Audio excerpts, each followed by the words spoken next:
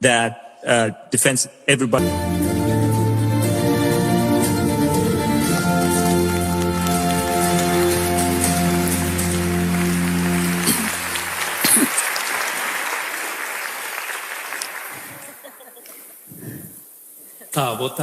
Good afternoon.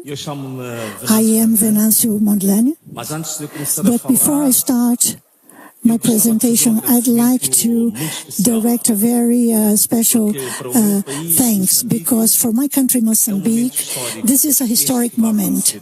What's going to happen today? Because it is the first time that Mozambique has the privilege to be on this stage, this noble stage, arranged by the Human Rights Foundation. I would also like to thank especially the CEO of the foundation, Tor, and all the dedicated team that has helped me and supported me, Javier, Keita, Nicole, Mariana, Nelwing, and a beautiful lady who's interpreting here, Maria Angela. So I'd like to ask you to give them a show of hands. I'd like to say that I come from Mozambique, a middle-class family, lots of children, 9 children, 4 older brothers and 4 younger sisters. So I'm right in the middle. In math, what you call the bisectress. I've always had this tendency to protect my younger sisters and the weak and the vulnerable, because in my area, there was a lot of intimidation among the young people. So I started to practice martial arts to protect my weaker sisters and to help and protect the youth in my neighborhood. And then this desire to serve others was awakening me. So in the backyard of my parents' house, I opened a little gym in a school, open to all, to everyone in the area. This burning desire to defend people, to protect the weak, it was something that grew inside me. And then I became a TV commentator. And I started to denounce corruption, injustices in the country. But at one point, I felt that was not enough.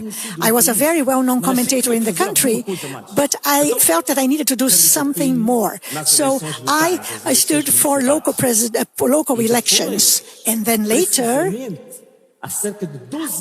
about 12 years ago, 2013, I come into the active political life. 2 years later, I became a representative of Parliament, National Parliament. So I used the Parliament's floor to denounce injustices, to denounce scandal after scandal by the government. And this is why, still in Parliament, I became the first and the single voice in opposition that was a member of the inquiry committee that investigated the largest financial scandal of the history of the country, which was worldwide known as the hidden debt scandal.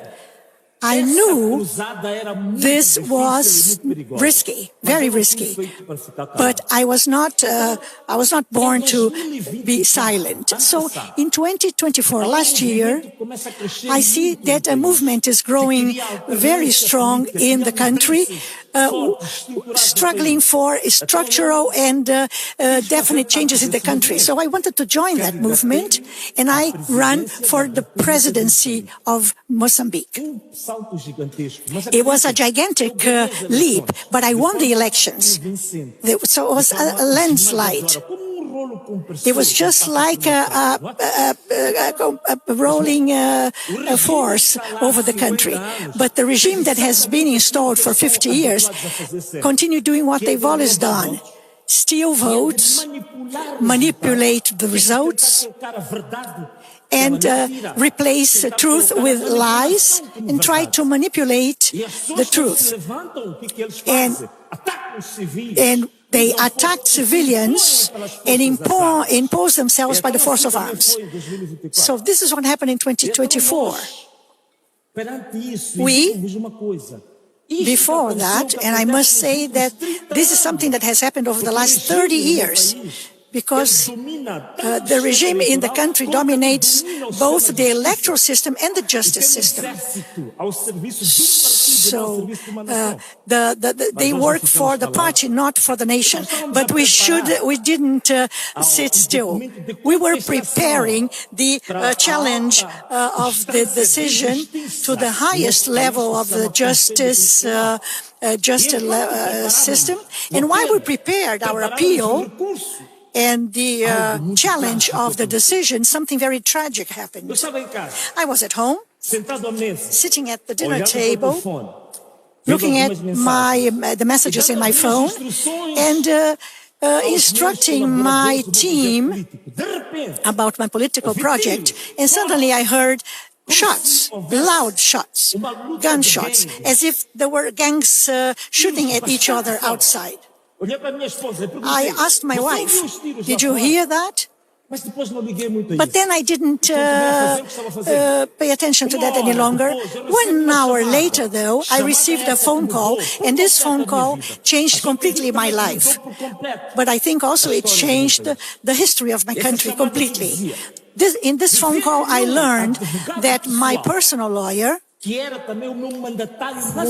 was also my national representative, together with a supporter of the party that supported my candidacy, were caught in an ambush in their car, and 25 shots were directed to them. They died instantly.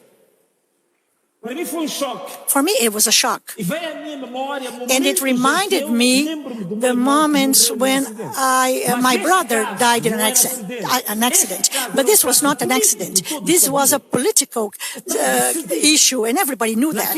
So on that day, I decided to call, 2 days later, a national strike, a national protest, not only because of Elvino or Paulo Guando, no, because of the hundreds of victims that have been silenced unjustly.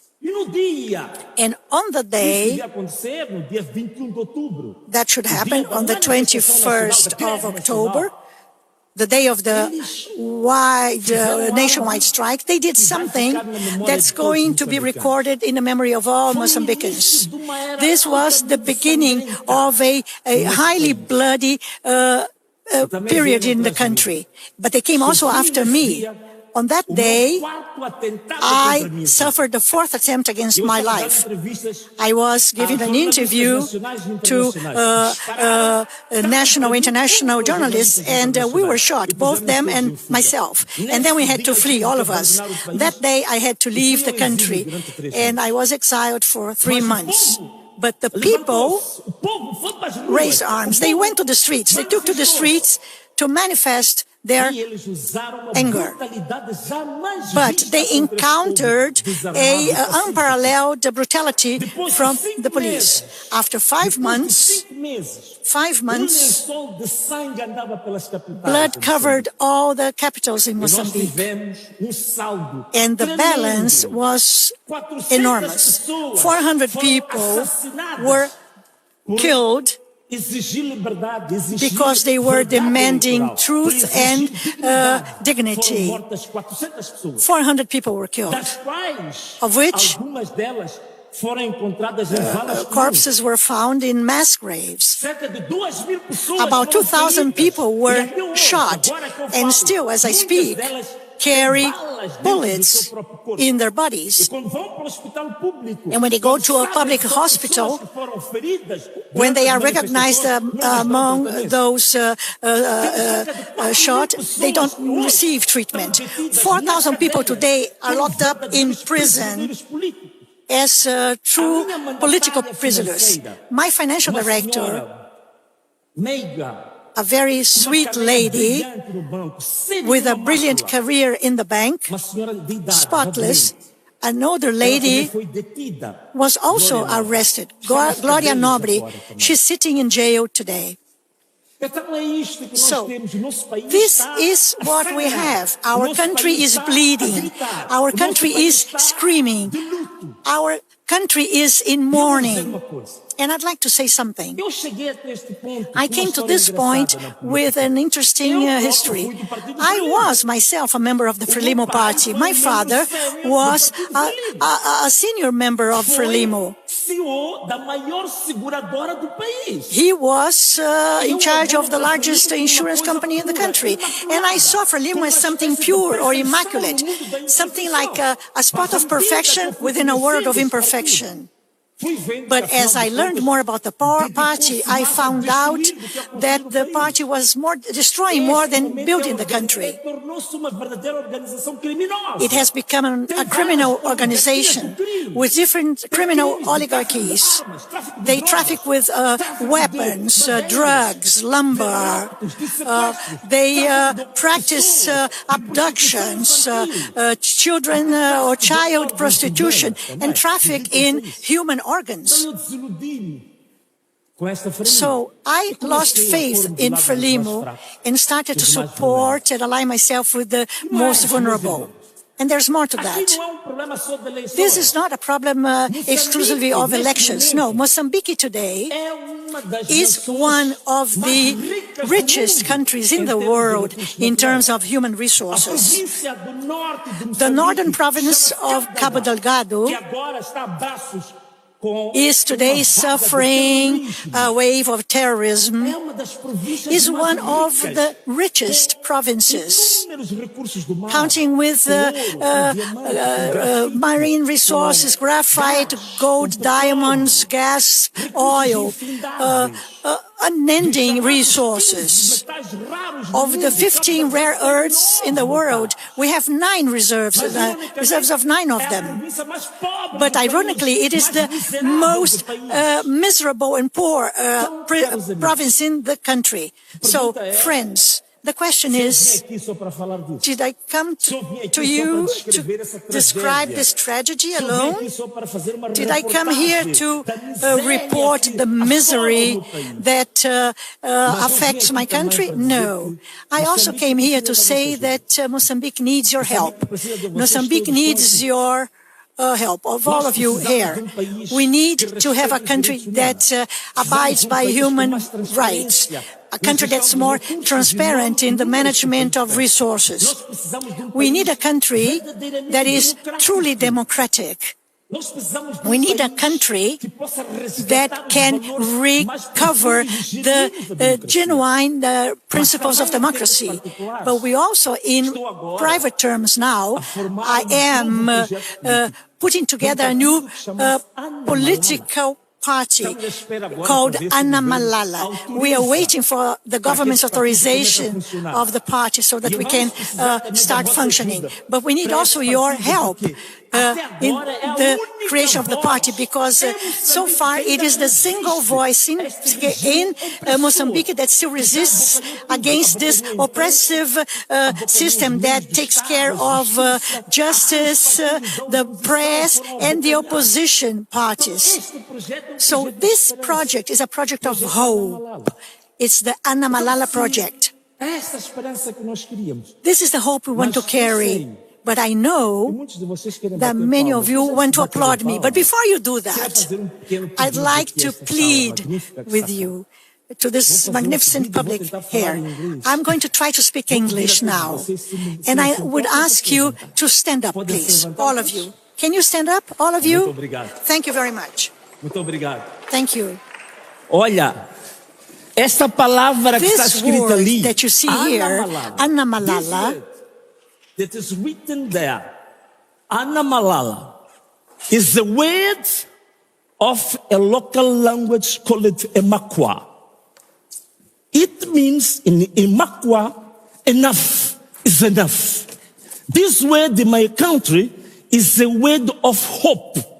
And I want you to join me to increase the hope of the Mozambican people.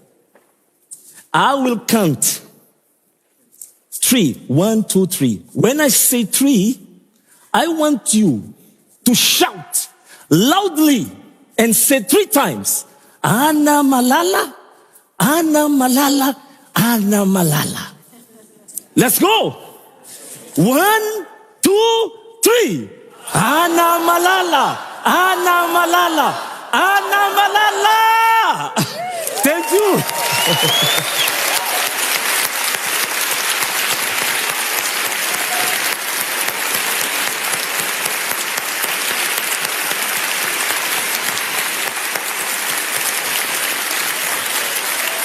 Forte abraço, beijo e tchau. I want to embrace all of you and say goodbye.